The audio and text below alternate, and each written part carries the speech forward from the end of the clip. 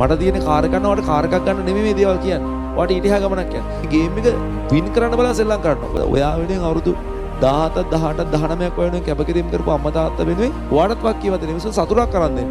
ඔයා ඔක්කොම ඉවරලා ඒගොල්ලන්ට F3ක් කරන් දෙන්න කද වගේ වාක්‍යය නෑ. මොකද ඔයා ෆේල් වෙන්නද මේ ලෙවල් කරන්න ආවේ. ඔයා ලංකාවේ මොන ස්කෝල්ට ගියත් ඔයාට ටාගට් එකක් තියෙනවා නම් ඔයාට මේක කරන්න මේක අනිවාර්යයෙන් කියන්නේ ඒ තුනක් ගන්න පුළුවන්. මානසික වශයෙන් ශක්තිමත් නම් ඕන දෙයක් පුළුවන්. කරන්න පුළුවන්. එහෙම බැරි නෑ. මම මෙහෙම එන්නම්කෝ. මේ වෙනකොට කම්බයින් මැස් ඇනගෙන ඉන්න. කම්බයින් මැස් එපා වෙලා තියෙන. එහෙම නැත්නම් A level එපා වෙලා තියෙන. විෂයන් තුන බැලන්ස් කරගන්න බැරි. පේපර් එක ලිව්වහම ලකුණු අඩු. පේපර් එක ලියන්න බය. ඔන්න ඔය වගේ සාර්ථකත්වයෙන් චුට ඈත් වෙච්ච හැමෝටම තමයි අද මේ කතාව තියෙන්නේ. පැහැදිලිද? විශේෂයෙන් පේපර් එකක් ලියද්දි ලකුණු 70ට 75ට අඩු හැමෝටම වගේ මේ කතාව අදාළ වෙනවා. හරි සමහරට වගේ යාළුවෝ ඇති පිස්සුද බං වැඩක් නැහැ වැඩ කරන්න ඕනේ නැහැ. ඒ යාළුවෙම හිටවියා. ඔයා මෙතන හිතර ගන්න. ඔයා වැඩ කරන්න. ලොකු ගමනක් යන්න. හරි. ඔයාට යන්න තියෙන. දැන් මම ඔයාට උපදෙසක් දෙන්නේ මේ. ඔයාට මං ආපු ගමන නෙමෙයි. මාත් අමාරුවෙන් සාමාන්‍ය පොලක ඉපදෙලා මහන්සියලා ඉගෙනන කට්ටක් කළා යම් ගමනක් ආව මිනිස්සු. මගේ ගමන යන්න නෙමෙයි ඔයාට උපදෙස් දෙන්නේ. මට වඩා එහා ගමනක් යන්න. හරිද? මට තියෙන කාර් එකක් නවට කාර් එකක් ගන්න නෙමෙයි මේ දේවල් කියන්නේ. ඔයාට ඊට එහා ගමනක් යන්න. ඔයාගේ අම්මා තාත්තා ඔයාට උගන්වන්නේ මොකක් සඳහාද? ඒ අම්මා තාත්තට නොලැබිච්ච ලෝකේ ඔයාට ලබා දෙන්න. හරිද? ඔයාගේ තාත්තා සමහරට මොකක් කරේ නිදි මරාගෙන රස්සාවක් කළා. සමහර පිටරටක ඉඳලා ඔයා වෙනුවෙන් වියදම් කරන්නේ ඒක විහිළුවක් නෙමෙයි. සමහර ළමගේ මම කතා කරනවා. සමහරව ඉගෙන ගන්න ඇහුව තාත්තා රට අම්මා විතරයි. පුතා හොදු අම්මව පාලනය කරනවා. ඔයාට තියෙන ආදරේ මත අම්මා සමහරට පාලනය වෙලා ඇති. ඒක නෙමෙයි ඔයාගේ වෙන්න ඕනේ. මම මේ කිව්වා මේ මීටින් එක වට සමහරට වැඩ නැති ඔයාව චූන් කරන්නේ නැහැ මම මේකෙදි. හරිද? යථාර්ථයේ ඔයා වෙනස් වෙන්න. හරිද? ඔයා හොඳ දේ ගන්න. ඔයා කරන හැම අඩුපාඩුවම හොඳයි කියන්න මම ඉඳලා වැඩක් නැහැ නේ. හරිද? ඔයාගේ තියෙන අඩුපාඩු ඔයා තේරුම් ගන්නවා. හරිද? ඔයා හොඳ ළමෙක් කියන්නේ උදේ ඉඳන් රැ වෙනකම් පොතේ ඉන්නව නෙමෙයි. මම නිතර කියන්නේ මේක ඔයා සෙල්ලම් කරන මේ ගේම් එක වින් කරන්න බලන් සෙල්ලම් කරනවා. ඔයාට අපි වැඩ පිළිලක් කියන ප්ලෑන් එකක් කියනවා. ඒකත් එක්ක ඔයා වැඩ කරන්න. හරිද? මේක දිනන්න බලන් කරන්න ඕන. ඔයා ඉගෙන ගන්න ඔයා වෙන්නේ. වෙන කවුරුත් වෙන්නේ නෙමෙයි.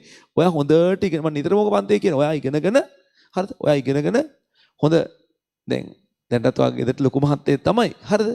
සුදු මහත්තයෙක් ලොකු මහත්තයෙක් තමයි. හරිද? සුදු දුවෙක් තමයි මං කියන්නේ නේ වාර සමාජයේ වශයෙන් ඉහළට ආපු කාලෙක ඔයා ඉගෙනනවා ඉහළට ආපුවාම ඔයාගේ අම්මා තාත්තට දෙන පුතේ සතුට. අම්මා තාත්තට ඔයාට සල්ලි තියනවාද කියන එක ඔයාගේ අම්මා තාත්තට වැදගත්කමක් නැතු වෙයි. බොහෝ විට. හරිද? ඔයා කවුද කියන්නේ ඔයාගේ තියෙන මගේ පුතා මෙතන ඉන්නේ මගේ දුව මෙතන ඉන්නේ. කියන්නේ එයාගේ ජීවිතේදී ලොකුම බලාපොරොත්තුව මෙතන. ඔයා දැන් ඔයා අම්මා තාත්තගේ වයස වදන්න නැති අම්මා තාත්තා තව අවුරුදු 10ක් ඇදී වයසට යනවා මිස තරුණ වෙන්නේ නැහැ නේ. තව අවුරුදු 5ක් ඇදී ඒගොල්ලෝ වයසට යනවා මිස තරුණ වෙන්නේ නැහැ නේ. එයාට මොන හරි අසනීපයක් හරි හැදීමට හැකියාවක් තියෙන සයිකලෝ තව ටිකක් හොඳ නිරෝගී වෙලා හොඳ මෙහෙම වෙන්නේ නැහැ නේ. තේරෙනවද? ඒතකොට තව අවුරුදු 4-5ක් යද්දී ඔයා හොඳට ඉන්නවනම් ඒක තමයි මිනිස්සුගේ සතුට. හරිද?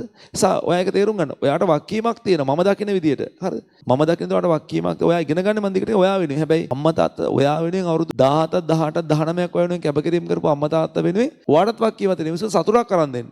ඔයා ඔක්කොම ඉවරලා ඒගොල්ලන්ට F3ක් කරන් දෙන එකද වගේ වක්කීම නෑ. හරිද? මෙච්චර කල් ඔයාදී මොන මගුල වුණත් කරනවා. මෙච්චර කල් වැඩ නොකරත් කමන්නේ. හරිද? යාළුවෙක් පිස්සු ගලියත් කරනවා. හැබැයි මෙතනින් පස්සේ එහෙම වෙන්න බෑ. හරිද? යාළුවෙක් එහෙම කියද්දී ඔයා කියන්නේ මේ ඩිරෙක්ට් කියන්න මට එන්න වෙන්නේ නැහැ බං කියලා. නැත්තම් අම්මා තාත්තා පිටින් දාලා කියන්න අපේ අම්මා පොත් බලනවා තාත්තා පොත් බලනවා ප්‍රශ්නයක් බං මම මෙහෙම කරනවා. මං හිතන්නේ එහෙම ඕනෙත් නැහැ. ඔයා ඩිරෙක්ට් කියන්න. නෑ මචං මේ අපි මේ වැඩේ කරමු. ඔයා කාටවත් ආයේ ඉගෙන ගන්න නැහැ කියලා පෙන්නලා ඉගෙන ගන්න ඕනේ නැහැ. ඔයා ඇත්තටම ඉගෙන ගන්න. හරිද? මේක ඔයා ෆේල් වෙන්නද මේ ලෙවල් කරන්න ආවේ. ඔයා අසාර්ථක මිනිස්සෙක්ද වෙන්න ඕනේ නැහැ. අපි ලංකාවේ ඇතුළේ ඉපදිලා ලංකාවේ ඇතුළේ මැරිලා යන්න ඕනේ නැහැ. මම කියන්නේ ලංකාව හොඳ රටක්, ලස්සන රටක්. ඒක නෙමෙයි මම අදහස් කරන්නේ. ඔයාගේ ගමන හරි ලොකුයි කියන එක මම අදහස් කරන්නේ. ඒක ඔයා ජීවිතේ විඳින්න ඕනේ. හරිද? ලෝකේ ලස්සන රටවල් වලට යන්න ඕනේ. ලෝකේ තියෙන හොඳ වාහන වල ඔයා යන්න ඕනේ. හරිද? හොඳ කෑම බීම කන්න ඕනේ. ඔයාට ආසිතන දෙයක් ගැනීම හැකියාව තියෙන්න ඕනේ. ඔයාසනම් ආස පර්ෆියුම් එකක් ගන්න පුළුවන් වෙන්න ඕනේ.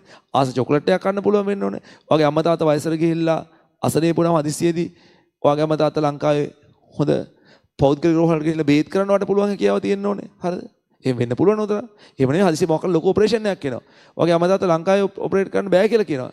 සිංගප්පූරු ගෙනියන්න පුළුවන් වෙන්න ඕනේ. මම කියන්නේ ඒක තමයි පොතේගේ හොදුවකේ වෙන්නේ. මම මේකේ දෙන දේවල් කරන්න පොතේ ඉන්න ඕනේ නැහැ. හරිද? හැබැයි හිතේ ඉන්න ඕනේ. මම මගේ ටාගට් එක සඳහා යනවා කියලා. ඔයා ලංකාවේ මොන ස්කෝල්ට ගියත් ඔයාට ටාගට් එකක් තියෙනවා නම් ඔයාට මේක කරන්න මේක අනිවාර්යෙන් කියන්නේ ඒ තුනක් ගන්න පුළුවන්. දැන් ඉඳන් වැඩ කරොත් අනිවාර්යෙන් ගන්න එහෙම ගන්න බැරි කමක් නැහැ. පුළුවන්. හැමෝටම අයිලන්ඩ් ෆස්ට් වෙන්න බෑ. මගේ පන්තියේද අයිලන්ඩ් ෆස්ට් තාවත් මිනිස්සු අපි ගුරු ඒක ඇඩ් කරනවා තමයි මේ දිවෙන්නේ ප්‍රථමයා කියලා. අපිත් කියනවා. කිව්වට ඒ ළමයාව අපිට හදන්න බෑ. ඒ ළමයව කරන්න පුළුවන් මග පෙන්වන්න විතරයි. ගයිඩ් කරන්න විතරයි පුළුවන්. ඒ ළමයා කොහොමත් අයිලන්ඩ් ෆස්ට් එකෙන් තර්ඩ් වෙනවා. මිනිස්සුනේ මම දන්නේ මම හිතන විදිය.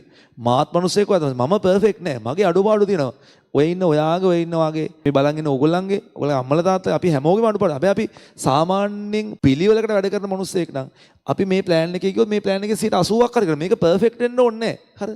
මම පර්ෆෙක්ට් නෑ. මම එහෙම පර්ෆෙක්ට් අනිත් අයගෙන් බලාපොරොත්තු වෙන්නෙත් නෑ. හැබැයි හැමදාම අරමුණක් ඇතුව ගියොත් මේකේ 80%ක්වත් වැඩ කරන. එහෙම කරන්න බැරි නෑ. උදේ මොකක් හරි හේතුවකින් පහට නැගිටිනවා කියලා එලාම් තිබ්බොත් පහට හැරෙන්නේ නැද්ද දවස් තියේ. හැබැයි එලාම් එක දිගටම තියාගෙන හිටියොත් 5යි 5ට නැගිටිනවා. 5ට නැගිටිනවා නම් හොඳයි. මම මේ කියන කතාව. 4ට නැගිටිනවා කියලා හිතන 4ට නැගිටින්න බැරුවගත් ඇත්ත යටි හිතේ උමනාවක් තියෙනවා. 4යි 10ට නැගිටිනවා. එහෙම බැරි නෑ. පුළුවන්. එහෙම බෑ කියලා જાතියක් නෑ. ඒ සියලුම දේවල් මානසික දේවල්. මානසික වශයෙන් ශක්තිමත් මිනිස්සුයෙකුට බැරි කියලා දෙයක් මම දන්නේ නෑ. මානසික වශයෙන් ශක්තිමත් නම් ඕන දෙයක් පුළුවන්. කරන්න පුළුවන්. එහෙම බැරි නෑ. සමහර අය එහෙම නෙවෙයි. ඔයාගේ විශේෂයෙන් අම්මානක ෆෝන් ඇඩික්ටඩ් නම් ඒකේ නම් කන්ට්‍රෝල් වෙන්න ඕනේ. හදිසිය හැබැයි වෙලා තියෙනවා. ඔයා පාවිච්චි කරන්න ඕනේ ඒක. මොන වෙලාවටද? පන්ති වල බස් එකේ යද්දී ඕන බැලුවට කමක් නෑ. නැත්තම් ගෙදර ගිහිල්ලා හිතන්නකෝ ඉස්කෝලේ ගෙදර ගියා. නාලා කාලා ෆෝන් එක බලන්න තියාගන්න එපා.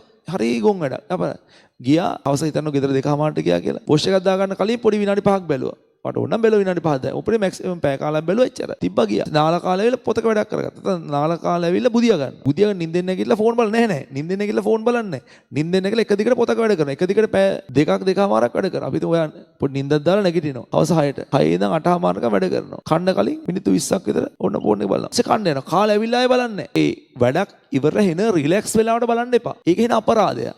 ඒක ඔයා වුණත් වගේ අයියක් සමහරට වගේ ගෙදර සමහරට අයියා ඇති කැම්පස් යනවා ඇති එයා බලනවා ඇති. ඒ අය වෙයි දෙන්නේ.